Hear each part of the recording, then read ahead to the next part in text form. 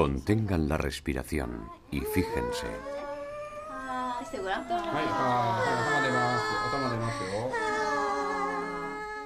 Todos hemos vivido el instante del nacimiento.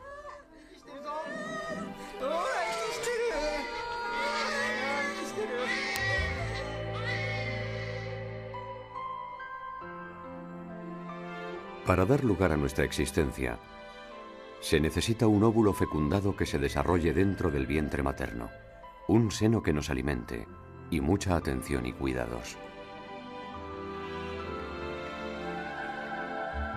Los mamíferos, de los cuales formamos parte, son los únicos animales que han adoptado esta forma de dar la vida después de 4.000 millones de años de evolución. Lo más sorprendente es que esa forma de reproducción apareció como consecuencia de una serie de cataclismos que afectaron a la Tierra.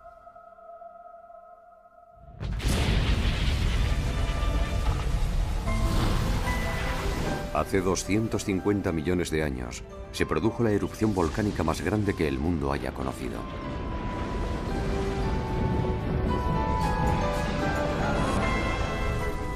Esta extraordinaria actividad volcánica provocó cambios profundos en el medio ambiente.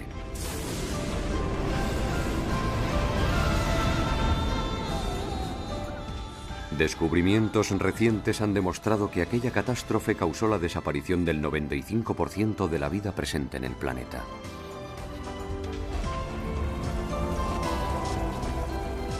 Fue un periodo terrible.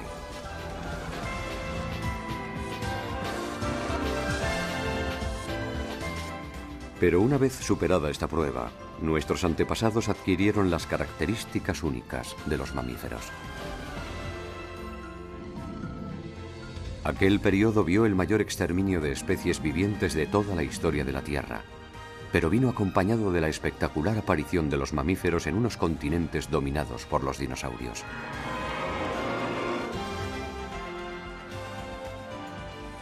¿Por qué nuestros antepasados comenzaron a proteger a sus pequeños en el vientre materno? Esta es la asombrosa historia del origen de los mamíferos. Planeta Tierra.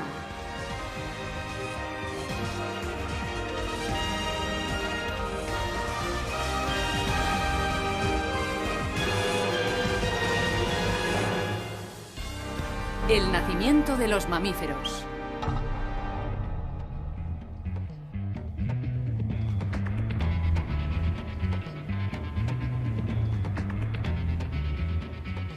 La más importante extinción masiva de especies vivas de la historia de la Tierra acaeció hace 250 millones de años, es decir, 185 millones de años antes de otra que conocemos mejor, la de los dinosaurios. Pero hoy se piensa que sin aquella catástrofe los mamíferos nunca habrían aparecido en el planeta.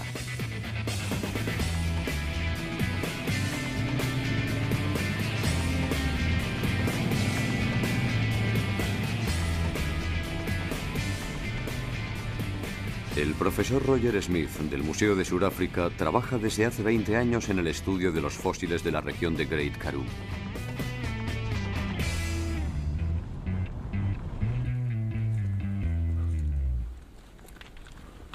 El estrato que corresponde al periodo que precedió a la gran extinción aflora aquí a la superficie. Esta tierra árida ha conservado extraordinariamente las huellas de los animales que recorrían los continentes en aquella época. Aquí hay unas huellas impresionantes de dinocéfalo. Nos revelan muchas cosas sobre su forma de desplazarse. Voy a caminar por estas huellas a ver si puedo reproducir la forma de moverse del dinocéfalo.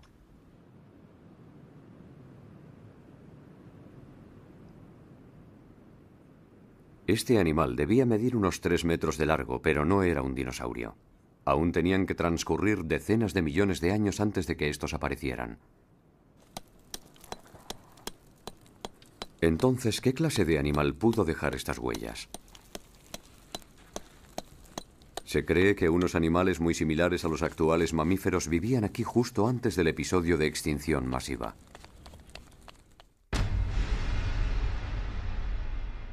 Este fósil es de un herbívoro llamado Dictodon. Medía unos 50 centímetros y vivía en una madriguera como un tejón.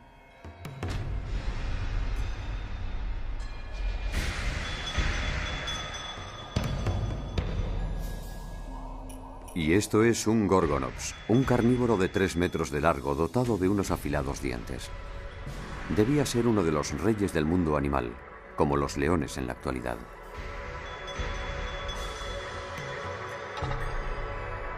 Se cree que estos animales se reproducían poniendo huevos, como los reptiles.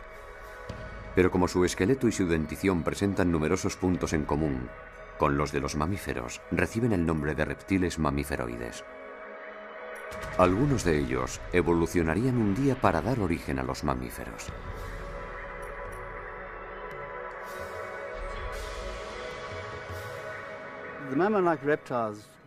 Los reptiles mamiferoides son menos conocidos que los dinosaurios. Resulta sorprendente descubrir que entonces existía una variedad tan grande de animales de gran tamaño, perfectamente adaptados, y que eran, de hecho, los antepasados lejanos de los humanos. Y 50 millones de años antes de la aparición de los dinosaurios. Así que los dinosaurios no fueron los primeros reptiles que dominaron el planeta.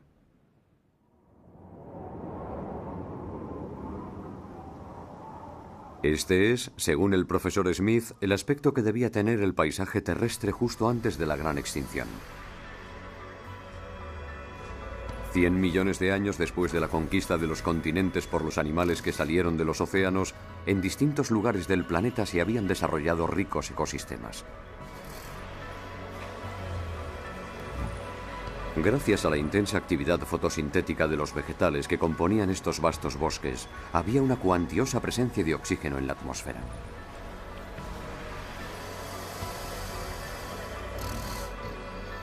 Esa abundancia había facilitado el dominio de los reptiles mamiferoides sobre los continentes.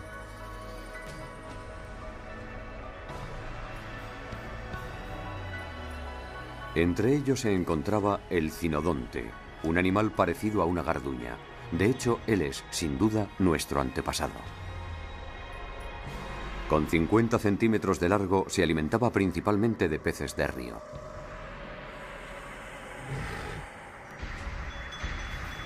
Entre los animales contemporáneos de estos reptiles mamiferoides se encontraban también otros reptiles denominados diápsidos. Más tarde darían lugar a los dinosaurios. Entonces eran una especie bastante anodina, lo que hace aún más sorprendente el futuro dominio que iban a ejercer sobre la Tierra sus descendientes directos.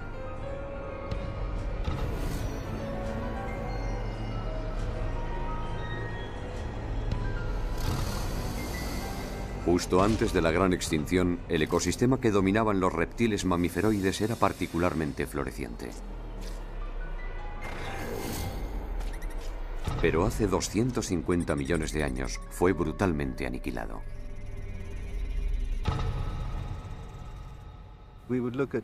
Hemos examinado minuciosamente todas las capas a partir de este límite.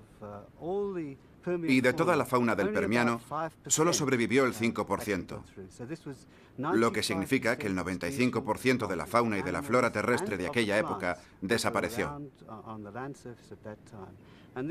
Los estudios realizados en los océanos ofrecen resultados similares. Es absolutamente catastrófico. Es la extinción masiva más terrible de la que tenemos constancia. ¿Qué es lo que pudo causar la súbita desaparición del 95% de los seres vivos, comprendidos plantas y animales? ¿Y qué consecuencia tuvo tal suceso sobre la evolución? El suelo de Great Karoo porta la prueba de lo que sucedió en aquel entonces. El profesor Smith observó un cambio en el color de los estratos del terreno. Los que datan de antes de la catástrofe tienen una tonalidad gris azulada. Y justo después se vuelven pardo rojizos.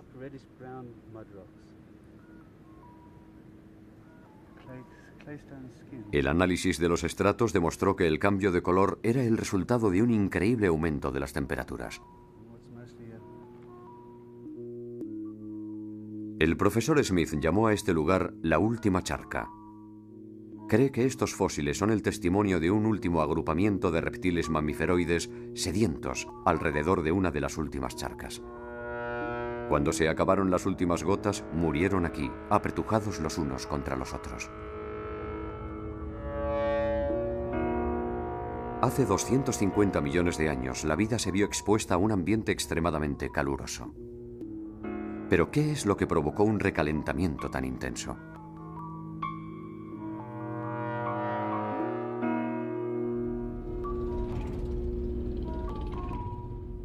Suráfrica no es el único lugar donde podemos hallar pruebas de la extinción masiva.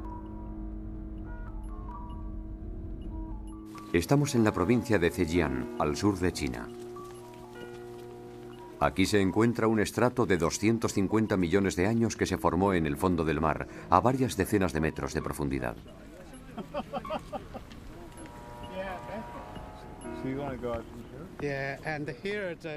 El profesor Yu Ganjin de la Academia China de Ciencias y el profesor Douglas Edwin del Museo de Historia Natural del Instituto Smithsoniano trabajan conjuntamente sobre el terreno. Los dos investigadores han comprobado que exactamente en el mismo momento en que desaparecía de los continentes la vida vegetal y animal, el 95% de la vida marina se extinguía igualmente. También aquí se puede constatar un cambio de color en los sucesivos estratos. Esta vez pasa de blancuzco a casi negro. Precisamente ese fue el momento en el que se produjo la gran extinción.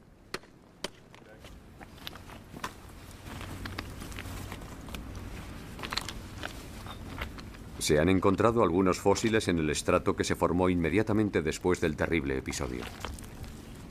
Su presencia sugiere que otra catástrofe ambiental se habría producido en el mismo momento que el violento recalentamiento que vimos en Suráfrica.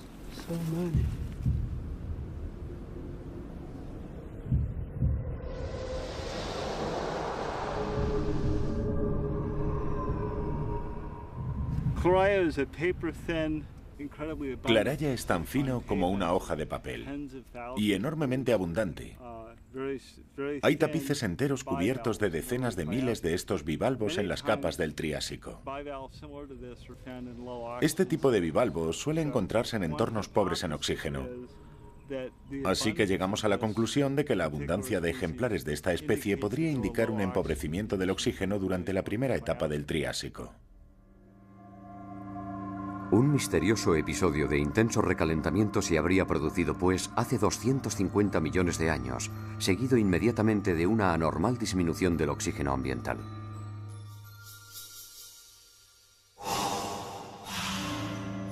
Solo una catástrofe excepcional pudo ocasionar un desastre de tal calibre.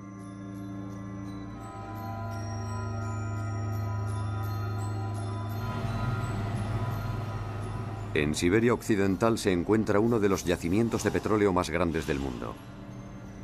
Aquí se hizo un asombroso descubrimiento que nos aporta un indicio sobre la naturaleza de la catástrofe que provocó el episodio de extinción masiva.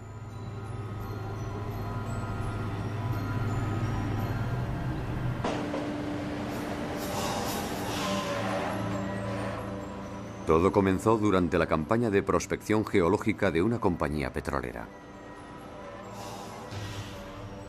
A 3.000 metros de la superficie, los sondeos dieron con un zócalo rocoso particularmente denso, justo debajo de la capa petrolífera. Este zócalo se extendía, de hecho, por debajo de toda la Siberia Occidental, es decir, por una superficie 4 veces superior a la de España.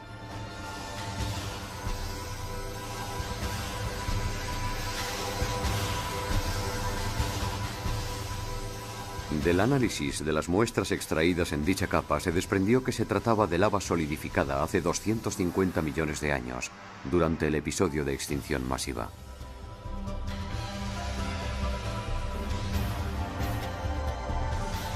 Pero aún quedaba otra sorpresa.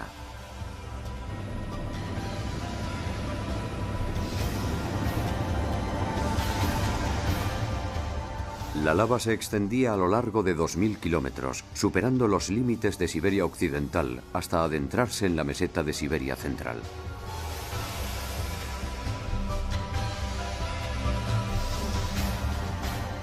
Las rocas que forman esta cadena montañosa están compuestas de lava expulsada del manto terrestre hace 250 millones de años. El grosor de esta capa de lava es de 4 kilómetros. Los surcos que pueden verse en las pendientes se formaron por una sucesión de capas de lava fundida fluyendo sobre la lava ya enfriada.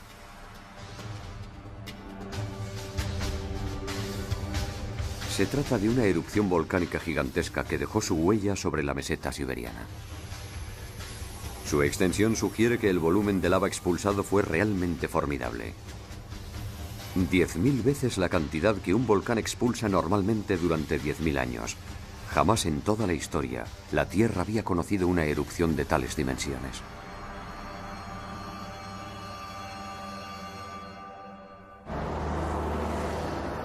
¿Tuvo esa extraordinaria actividad volcánica algo que ver con el fenómeno de extinción masiva? Eso es lo que intentó determinar un equipo compuesto por científicos rusos y británicos reunidos bajo la dirección del profesor Andrew Saunders de la Universidad de Leicester en el Reino Unido. Basándose en el volumen de lava expulsado, Saunders intentó reconstruir la erupción. El resultado fue más allá de lo que nadie podía imaginar. Hemos retrocedido 250 millones de años en el tiempo. Siberia vive un día tranquilo y apacible, cuando, de repente, la explosión proyecta lava hasta 2.000 o 3.000 metros de altura, 10 veces más alto que en las grandes erupciones observadas en la era moderna. La materia fundida que se escapa por fisuras de más de 50 kilómetros de largo forma gigantescas barreras de fuego.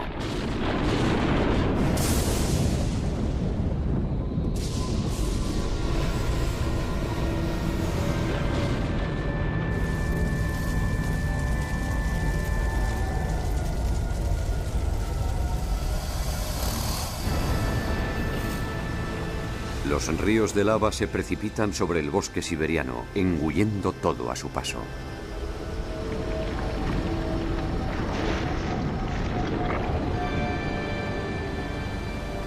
La Tierra no había conocido nunca semejante serie de erupciones. El profesor Saunders y su equipo investigaron las causas de este cataclismo.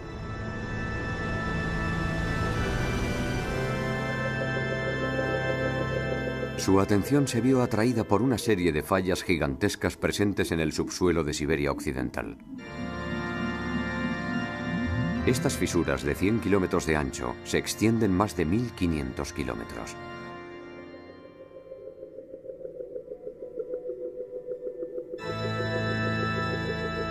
Para ellos, es la prueba indiscutible de que un cataclismo de magnitud planetaria fue el origen de la erupción siberiana. Según nuestras estimaciones, el abombamiento que provocó esas fisuras debía de medir entre 1.000 y 1.500 kilómetros de diámetro, lo que representa una parte nada despreciable de Europa Occidental.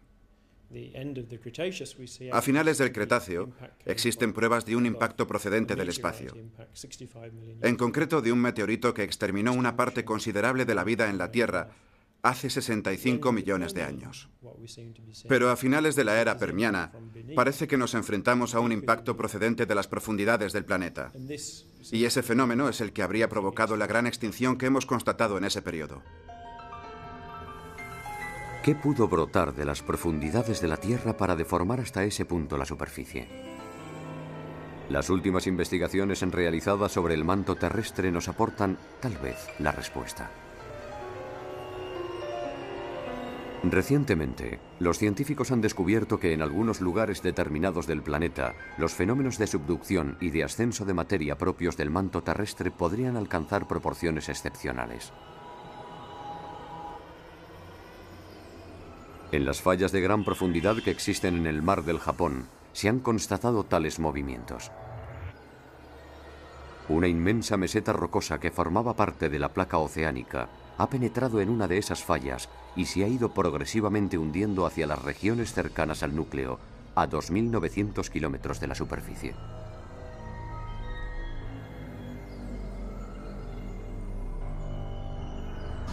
En otras regiones del mundo, en cambio, se ha detectado el ascenso de gigantescas masas incandescentes. Si cerca del núcleo terrestre una parte del manto entra en fusión y esa materia más caliente sube hacia la superficie, provoca un abombamiento de la corteza. Los científicos creen que fue un fenómeno de estas características, pero de proporciones extraordinarias, el que, procedente del interior, sacudió la superficie de la Tierra hace 250 millones de años. Sabemos desde hace tiempo que los continentes se desplazan sobre la superficie del planeta, pero poco a poco vamos descubriendo que los abombamientos originados por los ascensos del manto pueden bruscamente adquirir proporciones colosales cuando los continentes presentan una determinada configuración. Hace 300 millones de años, las masas continentales dispersas convergieron para formar un supercontinente, Pangea. Una falla muy profunda rodeaba entonces el continente. Las placas que constituían el suelo oceánico fueron poco a poco hundiéndose en la falla por debajo de la masa continental hasta las profundidades del manto. Pero en un momento determinado, una cantidad gigantesca de la materia de esas placas se hundió brutalmente hacia el núcleo a 2.900 kilómetros de profundidad. Al mismo tiempo, se produjo un increíble ascenso de materia del núcleo hacia la superficie. Estos fenómenos se denominan superpenachos. Un superpenacho es una columna de roca fundida de 1000 kilómetros de diámetro aproximadamente. Así es como se produjo el abombamiento que describía el profesor Saunders. Una increíble cantidad de energía procedente del centro de la Tierra fue el origen de una serie de erupciones volcánicas gigantescas acaecidas hace 250 millones de años. Pero hoy sabemos que aquellas erupciones solo fueron el detonante de unos acontecimientos catastróficos que conllevaron la desaparición del 95% de la vida sobre la Tierra.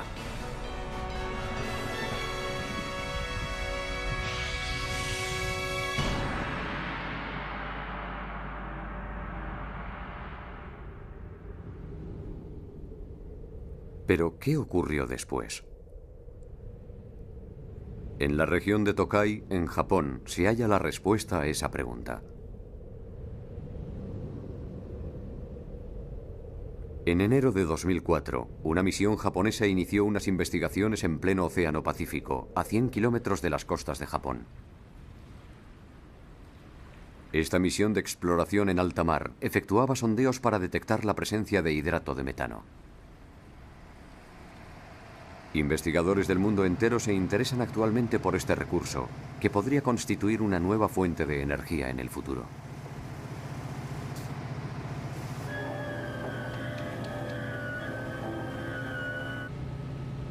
El hidrato de metano se encuentra congelado a unos 1000 o 2000 metros por debajo del fondo de los océanos, cerca de las plataformas continentales.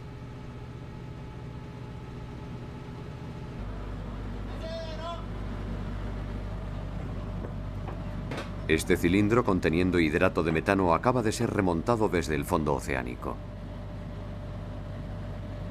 El gas que se escapa es metano.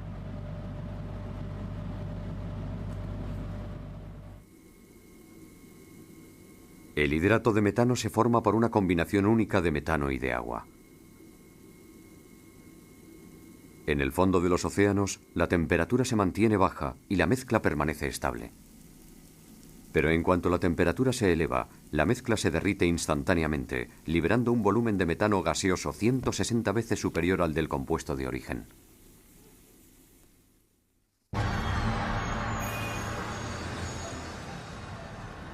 En China se encontró la prueba que demuestra que cuando hace 250 millones de años se produjo la gigantesca erupción siberiana, el hidrato de metano comenzó a fundirse, liberando una enorme cantidad de metano desde el suelo oceánico.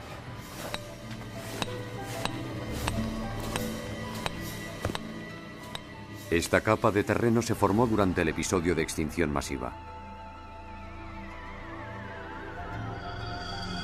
El análisis de su composición química reveló que en aquel preciso momento un elemento denominado carbono 12 había experimentado un intenso aumento. Dicho aumento demuestra que una cantidad extraordinaria de hidrato de metano había comenzado a fundirse, ya que el hidrato de metano contiene una fuerte proporción de carbono 12.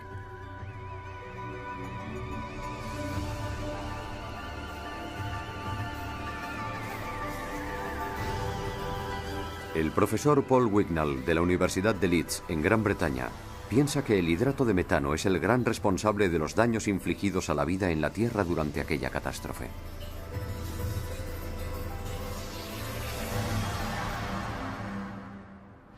Gracias a los hidratos de metano descubiertos bajo los sedimentos oceánicos, sabemos que el aumento de unos pocos grados en la temperatura del agua basta para provocar su derretimiento. El hielo libera entonces el metano, que se escapa hacia la superficie, provocando la fuga gigantesca de un gas muy potente con efecto invernadero. La enorme erupción volcánica provocada por un superpenacho en Siberia había liberado hacia la atmósfera una cantidad impresionante de dióxido de carbono, tal vez 40 trillones de toneladas. El efecto invernadero causado por el dióxido de carbono calentó progresivamente el planeta, provocando una reacción en cadena espantosa.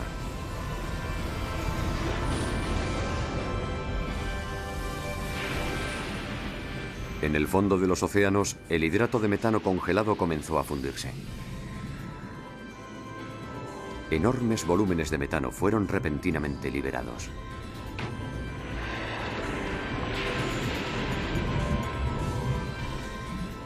El efecto invernadero del metano es 20 veces superior al de dióxido de carbono. Las cantidades liberadas aceleraron considerablemente el recalentamiento global. La temperatura de los océanos se elevó, a su vez, unos grados más, acelerando el derretimiento del hidrato de metano.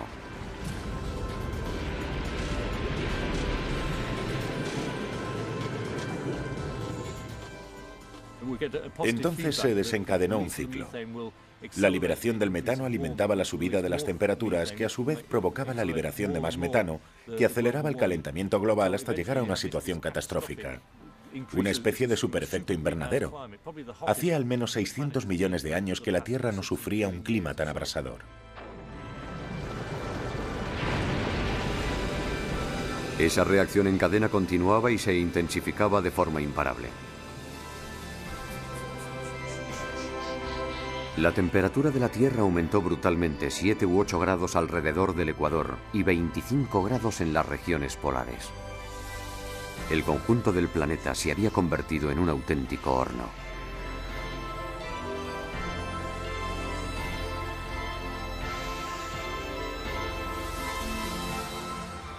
Este calor extremo golpeó de lleno al medio ambiente.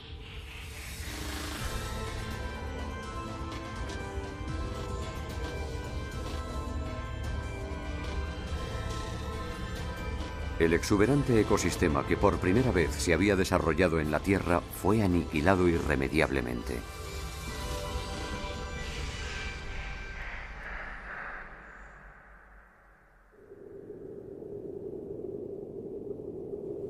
Y entonces sobrevino el golpe de gracia que acabó con el 95% de la vida animal y vegetal. Una caída brutal de la concentración de oxígeno en la atmósfera. Los hielos de la Antártida han conservado la prueba indiscutible.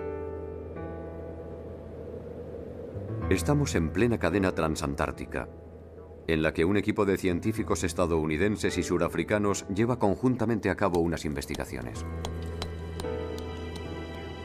El profesor Gres Retalak, de la Universidad de Oregón, dirige la misión.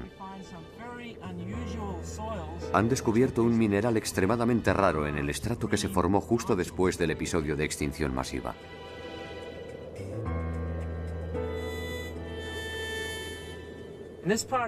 El estrato que tenemos aquí corresponde a principios del Triásico y contiene minerales muy extraños. No había visto nunca nada parecido, excepto en ese periodo mortal de principios del Triásico. En esta capa de aquí, las huellas conducen hasta este extraño nódulo. Es un mineral muy raro llamado bertierina. Indica una concentración muy débil de oxígeno atmosférico a comienzos del Triásico. La bertierina no puede formarse en presencia de grandes cantidades de oxígeno. Este descubrimiento es la prueba de que, justo antes de la gran extinción, el mundo había cambiado completamente. Ahora era tan pobre en oxígeno que los animales apenas podían respirar. El profesor Bob Werner de la Universidad de Yale, Estados Unidos, ha elaborado un modelo informático que permite deducir, a partir de diferentes datos geológicos, las variaciones en la concentración de oxígeno de la atmósfera. Antes de la gran extinción, los niveles de oxígeno habían alcanzado el 30%, gracias al desarrollo extensivo de la vegetación. Después cayeron brutalmente hasta el 10%.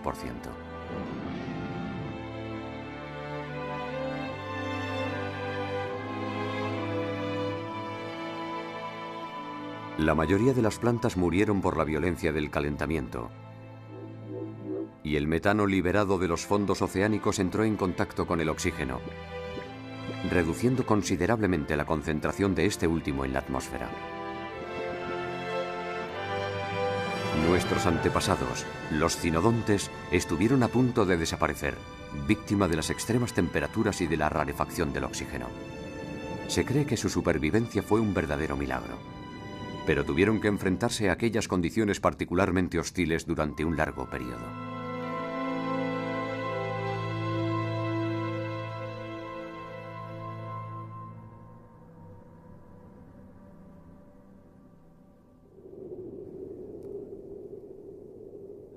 Tras el episodio de extinción masiva, parece que la vida tardó mucho tiempo en volver a desarrollarse sobre la Tierra. Se han encontrado muy pocos fósiles en los estratos de aquel periodo. En cualquier caso, la catástrofe tuvo enormes repercusiones en el proceso evolutivo de la vida. Proyectémonos 100 millones de años más tarde, es decir, a 150 millones de años con respecto a hoy.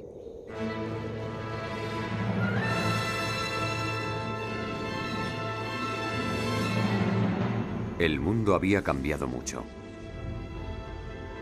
Una de las diferencias más espectaculares era la omnipresencia de los reptiles gigantes, los dinosaurios.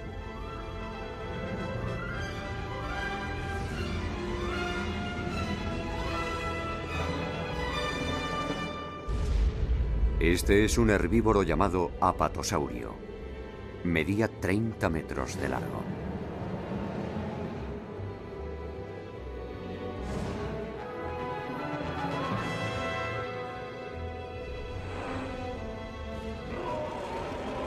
Y aquí tenemos al rey de los animales de aquella época, un terrible carnívoro llamado alosaurio.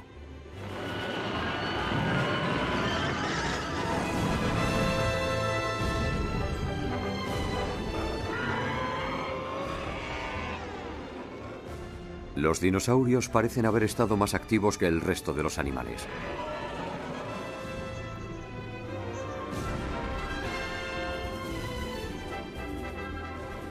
Nuestros antepasados, en cambio, se habían convertido en pequeñas criaturas semejantes a ratones, que vivían escondiéndose de los dinosaurios. No parecían haber conservado ni rastro de su pasada gloria.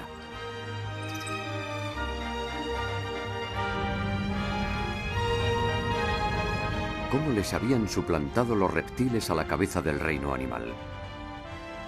Este es uno de los grandes enigmas que planteaba la evolución de la vida después del episodio de extinción masiva.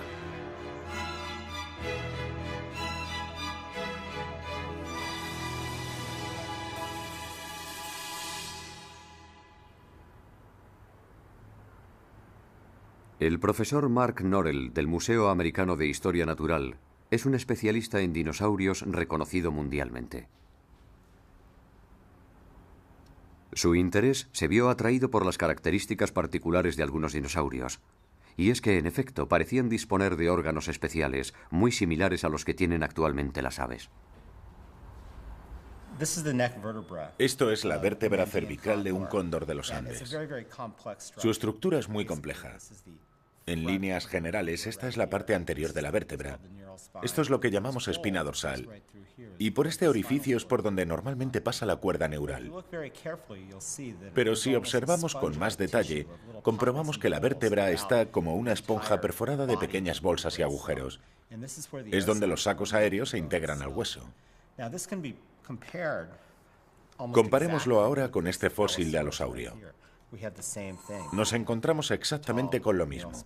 Hay una espina dorsal alta en la parte superior. Esta cavidad de aquí, llenada por la roca, por donde pasaba la cuerda neural. Y también algunas de estas pequeñas cavidades neumáticas con la misma configuración que en el cóndor de los Andes. ¿Cuál era la función de ese sistema de sacos aéreos del que los dinosaurios parecían estar provistos? Actualmente solo las aves disponen de él, por lo que se cree que probablemente son descendientes de los dinosaurios. Los sacos aéreos son en realidad un sistema respiratorio único que los dinosaurios desarrollaron a lo largo de la evolución. En un sistema respiratorio clásico, los pulmones se llenan alternativamente de oxígeno y de dióxido de carbono, por la sencilla razón de que se utiliza la misma vía para inspirar y expirar.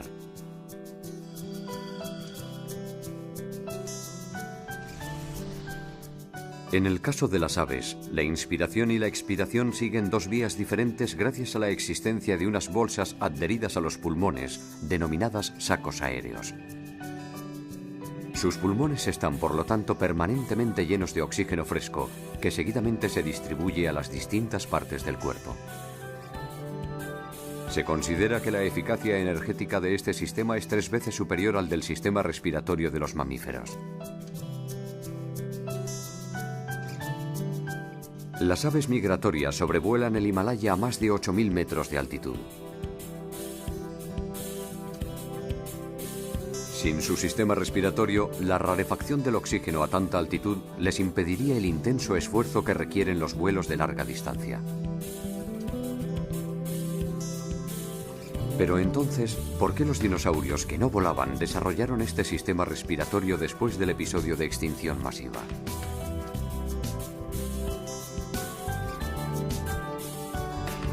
En otoño del año 2003 se celebró un congreso de la Sociedad Geológica de América en Seattle, en la costa oeste de Estados Unidos.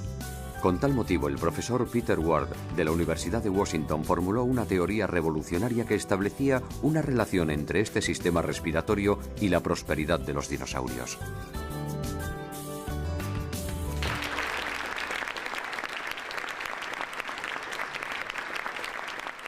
Last and hopefully not least, I'd like to talk a bit about the end of the world or the end of several worlds. El profesor Ward es una autoridad mundial en la investigación de episodios de extinción masiva y autor de numerosos libros y artículos sobre la evolución de la vida.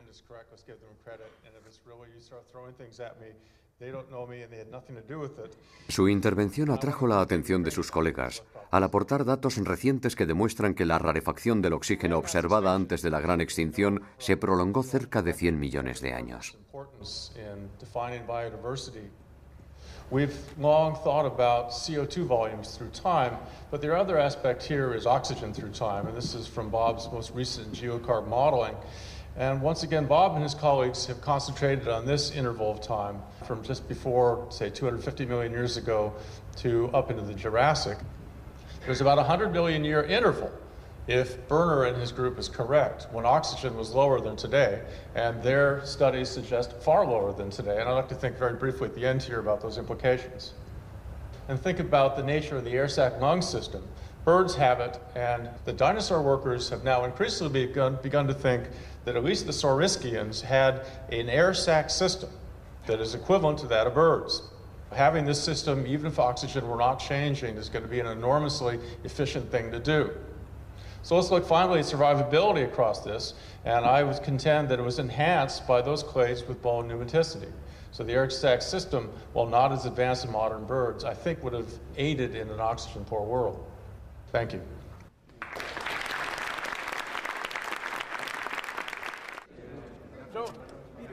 La presentación del profesor Ward fue recibida por los científicos como la primera teoría que proponía una solución a uno de los enigmas más grandes de la historia de la vida. ¿Cómo pudieron los dinosaurios llegar a dominar el mundo? Recuerdo a un especialista que se rascaba la cabeza en público y escribía: "No entiendo nada. Los reptiles mamiferoides tenían una dentición más desarrollada y sin embargo fueron los dinosaurios dotados de unos dientes realmente primitivos los que sobrevivieron y prosperaron. Los primeros tenían que haber sido los vencedores y los segundos los perdedores, pero fue al contrario. Las cosas resultan menos paradójicas si se considera la facultad de respirar más que la de alimentarse". cómo nuestros ancestros, que hace 250 millones de años habían escapado de milagro a la extinción, consiguieron sobrevivir tanto tiempo en un mundo donde el oxígeno era tan escaso.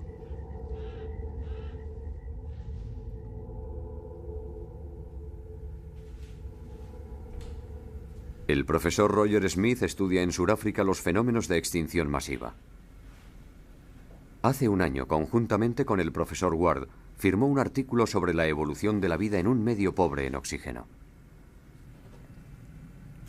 Él piensa que nuestros antepasados también tomaron un nuevo camino en la evolución, mejorando su sistema respiratorio.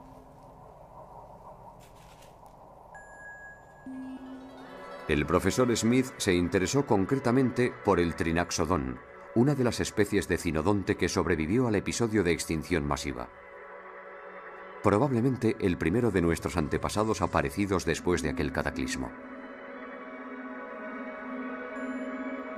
Observó en estos animales signos de adaptación a un universo pobre en oxígeno.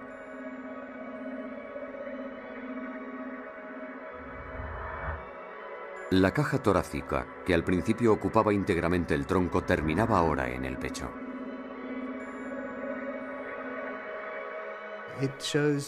Comprobamos un cambio importante en la morfología de las costillas a partir de la mitad del tronco, es decir, más o menos aquí. De hecho, es bastante similar a la morfología de las costillas humanas. Pensamos que este cambio facilitó o fue la causa de la aparición del diafragma.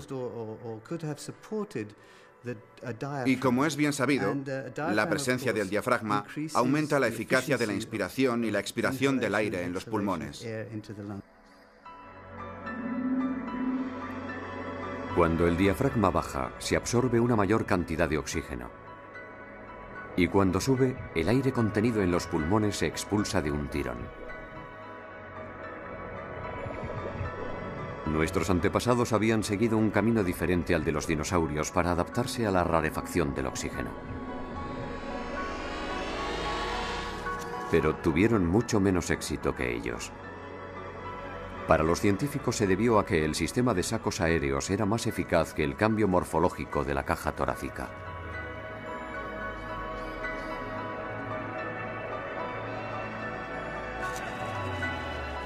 Sin embargo, una de las consecuencias de dicha opción, más tarde, habría de resultar muy útil.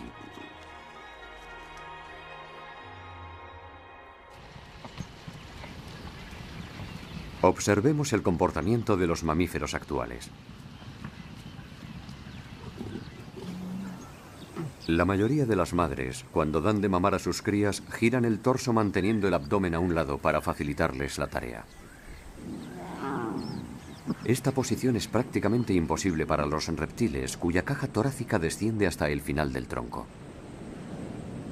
Para adaptarse a la reducción de oxígeno ambiental, la caja torácica de nuestros antepasados se hizo más pequeña.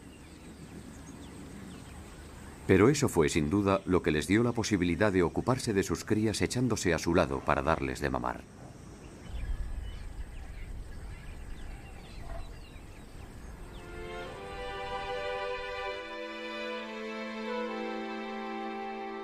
Este fósil de una madre y su cría echados el uno junto al otro fue hallado en Sudáfrica. Después del episodio de extinción masiva, nuestros antepasados adoptaron comportamientos típicos de los mamíferos. Empezaron a dar de mamar a sus crías y a dedicarles mucho tiempo y atención.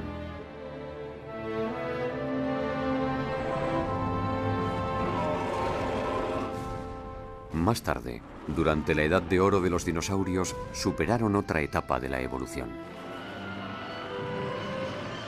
Se cree que la rarefacción del oxígeno, que duró más de 100 millones de años, les impulsó a convertirse en mamíferos.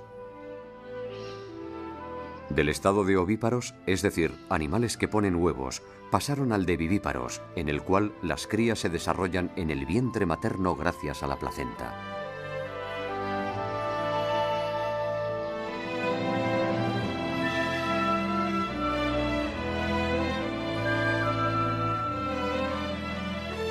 En China se encontró el fósil más antiguo de mamífero placentario. Se le llamó Eomaia, que significa anciana madre en griego.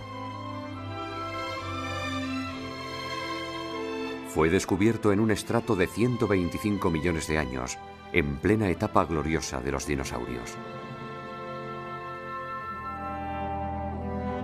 Se trata sin duda del antepasado común a todos los mamíferos placentarios actuales.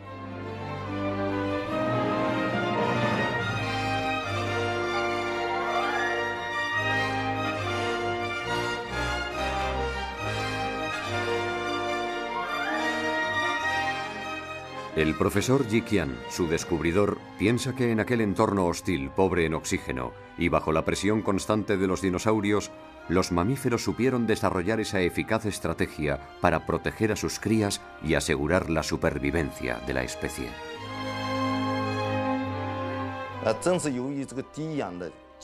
En condiciones tan pobres de oxígeno, el ambiente exterior no es favorable a la supervivencia. Por esa razón, los mamíferos modificaron su sistema de reproducción, para que las madres pudieran proteger a sus crías y darles la oportunidad de sobrevivir. En el sistema vivíparo, la madre aporta directamente a su retoño los nutrientes y el oxígeno, lo que constituye una gran ventaja en relación a los ovíparos mamíferoides. Yo pienso, por lo tanto, que existe una estrecha relación entre esa evolución y la rarefacción del oxígeno. En los mamíferos placentarios, un nuevo órgano une a la madre con su hijo, la placenta. En el interior de la placenta, por medio del cordón umbilical, los glóbulos rojos de la madre se vierten en los vasos capilares del feto.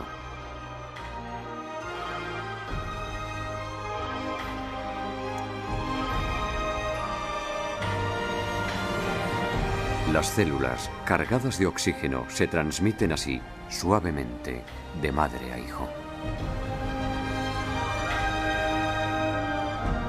Este aporte constante de oxígeno va a favorecer su crecimiento.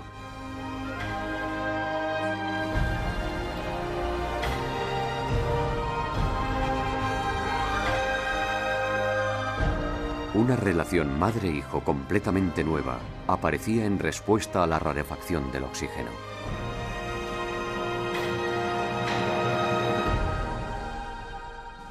Una relación que establecía definitivamente la protección de las crías como una característica permanente de los mamíferos.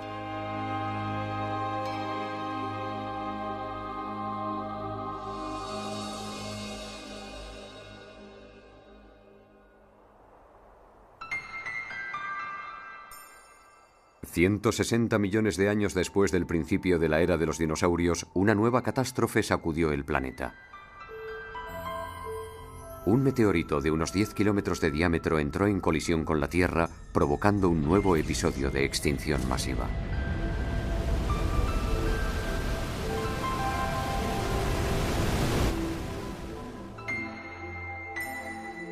Fue el fin del reinado de los dinosaurios. Más tarde se recuperaron los niveles de oxígeno en la atmósfera. Una nueva era comenzaba en la Tierra. Dos episodios catastróficos de extinción masiva marcaron la historia de la Tierra. Uno hace 250 millones de años y el otro hace 65 millones de años. Muchos científicos piensan hoy en día que sin estas dos catástrofes, la extraordinaria diversidad que constituye la riqueza de nuestro sistema jamás habría visto la luz.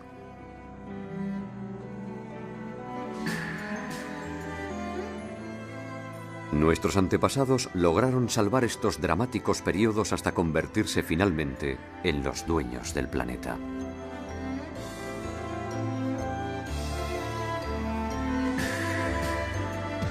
Las aves heredaron el sistema respiratorio de los dinosaurios y lo adaptaron al vuelo, descubriendo así una nueva libertad.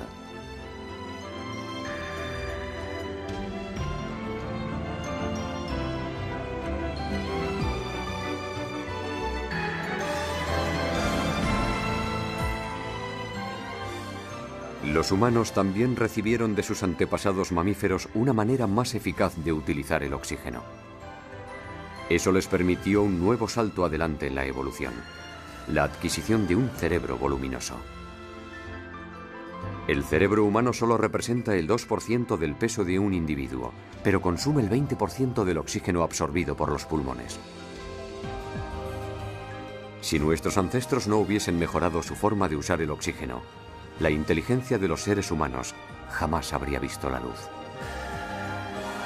Gracias a la adquisición de un cerebro voluminoso, los hombres desarrollaron técnicas y civilizaciones a una velocidad extraordinaria.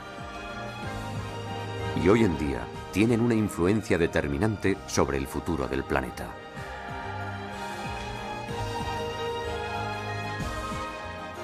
En nuestro tiempo, la Tierra alberga una increíble diversidad de formas de vida, de las cuales forman parte los humanos.